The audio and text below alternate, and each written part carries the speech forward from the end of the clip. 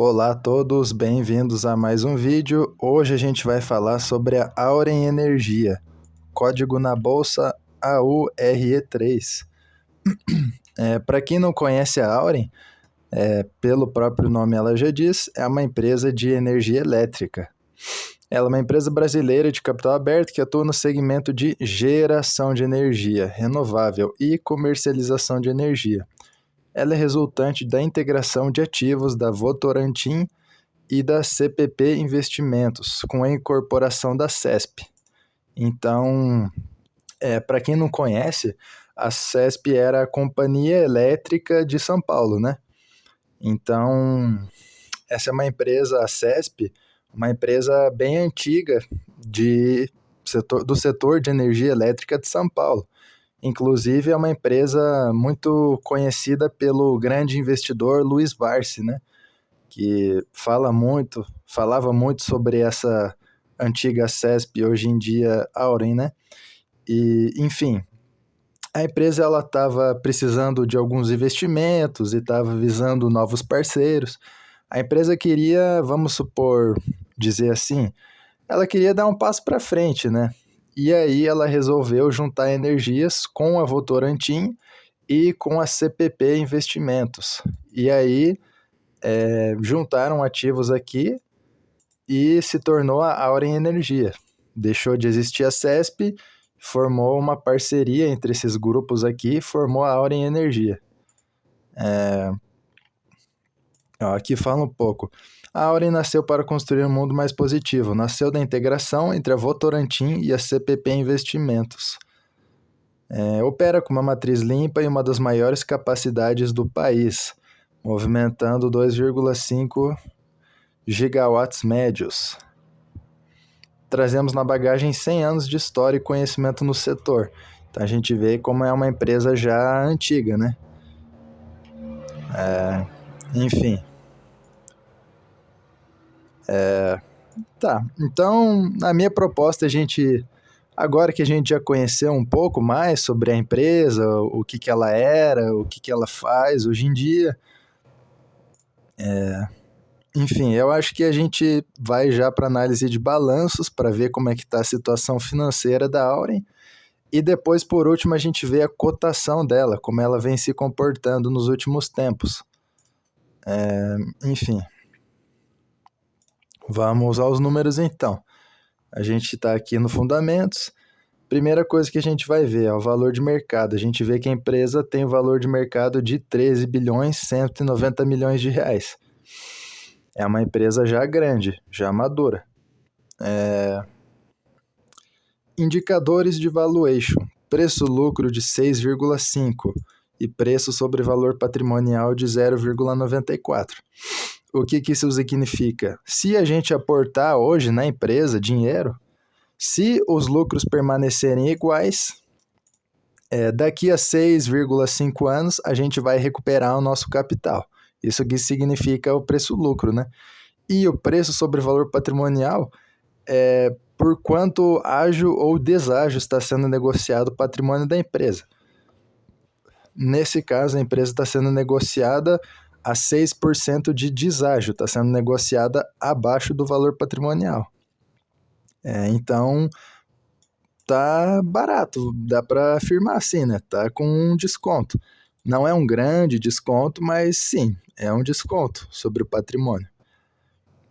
Aqui a gente vê o dividendo 22,7%, é um baita dividendo. Na minha opinião, isso aqui é um fator não recorrente, então eu não espero que a Auren pague dividendo tão grande assim daqui para frente, mas eu acho que dividendos de pelo menos 5, 6, 7% ao ano dá para esperar, né? Ao longo do tempo, mas isso aqui foi muito fora da curva. Isso aqui eu acho difícil se repetir, esse grande pagamento de dividendos. Enfim, aqui a gente vai ver agora indicadores de rentabilidade, margem líquida 34%, uma boa margem no meu ponto de vista, rentabilidade sobre o capital investido de 3,4% e rentabilidade sobre o patrimônio líquido 14,5%. Olhando agora dados do balanço patrimonial, a gente vê que a empresa ela tem 4 bilhões e 904 milhões de dinheiro em caixa e equivalentes e tem uma dívida bruta total de 6 bilhões 212 milhões de reais. No meu ponto de vista, é uma dívida bem tranquila, bem controlada. Maior parte das dívidas são de longo prazo, então não tem muito com que se preocupar essa dívida aqui, tá bem controlada. Dados agora do demonstrativo de resultados. A gente vê que nos últimos 12 meses, a empresa teve uma receita de quase 6 bilhões de reais e um lucro de 2 bilhões e 27 milhões de reais. Já no último trimestre do balanço de 30 de setembro de 23, a empresa teve uma receita de 1 bilhão 626 milhões de reais e um prejuízo de 838 milhões de reais. Então a gente vê que esse último trimestre aí foi um trimestre ruim para a Auren, né?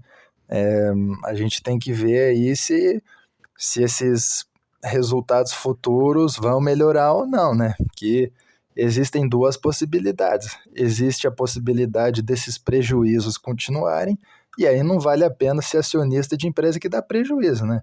Empresa que dá prejuízo não sobe, empresa que dá prejuízo não paga dividendo, a gente não quer, né? Mas pode ser que a empresa se recupere e volte a dar esses lucros aqui, né? Do ano passado. Então, só Deus sabe. Sinceramente, é difícil saber, né? Então, enfim, a gente tem que analisar o contexto todo aqui, né? Vamos agora para os gráficos. A gente vê aqui que, como ela é uma empresa nova, quer dizer, a CESP é uma empresa antiga, mas a Auren é uma empresa nova, né? Então a gente tem dados a partir de 2021. Mas já dá para ver aqui que teve uma boa alta dos ativos, o endividamento caiu bastante, né? O endividamento líquido. Apesar do bruto ter subido, o endividamento mais importante é sempre o líquido, e ele diminuiu, que é o mais importante. A gente vê também uma boa alta do patrimônio, uma pequena queda aqui recentemente, mas de 2021 para cá subiu bastante o patrimônio. Receita líquida subindo bastante. Margens caíram bastante, né? Chegou a ficar negativa agora com prejuízo. A gente vê que o EBITDA caiu, mas voltou a subir. E agora é a hora da verdade, que a gente vê os lucros, né? A gente vê que a empresa estava dando pequenos lucros, pequenos prejuízos, e aí deu um baita lucro, pagou um baita dividendo e logo em seguida deu prejuízo. Então a gente tem que tomar cuidado com o que a gente chama no mercado de resultados não recorrentes, né? A gente vê às vezes no mercado, uma empresa está pagando 20%, 30% de dividendo. Olha, isso aí não existe. Desculpa lhe dizer, mas você está buscando um almoço de graça no mercado se você acredita que uma empresa vai pagar 20% de dividendo para sempre. É uma coisa extraordinária, entendeu? Então, assim, não dá para pensar nisso e não dá para se basear em lucros não recorrentes, né? A gente tem que ver a média de lucros, como é que tá, né? Então a gente vê aqui, ó, como teve um baita lucro não recorrente, uma baita distribuição de dividendos não recorrentes e logo em seguida já deu prejuízo. Então a gente tem que ficar com os olhos abertos, né? Não se iludir por narrativas, né? Não se deixar seduzir por lucros não recorrentes e dividendos extraordinários. Tem que tomar cuidado para não cair nessa armadilha, né? Mas enfim. Agora que a gente já olhou os números, o balanço, a gente vai olhar por último a cotação.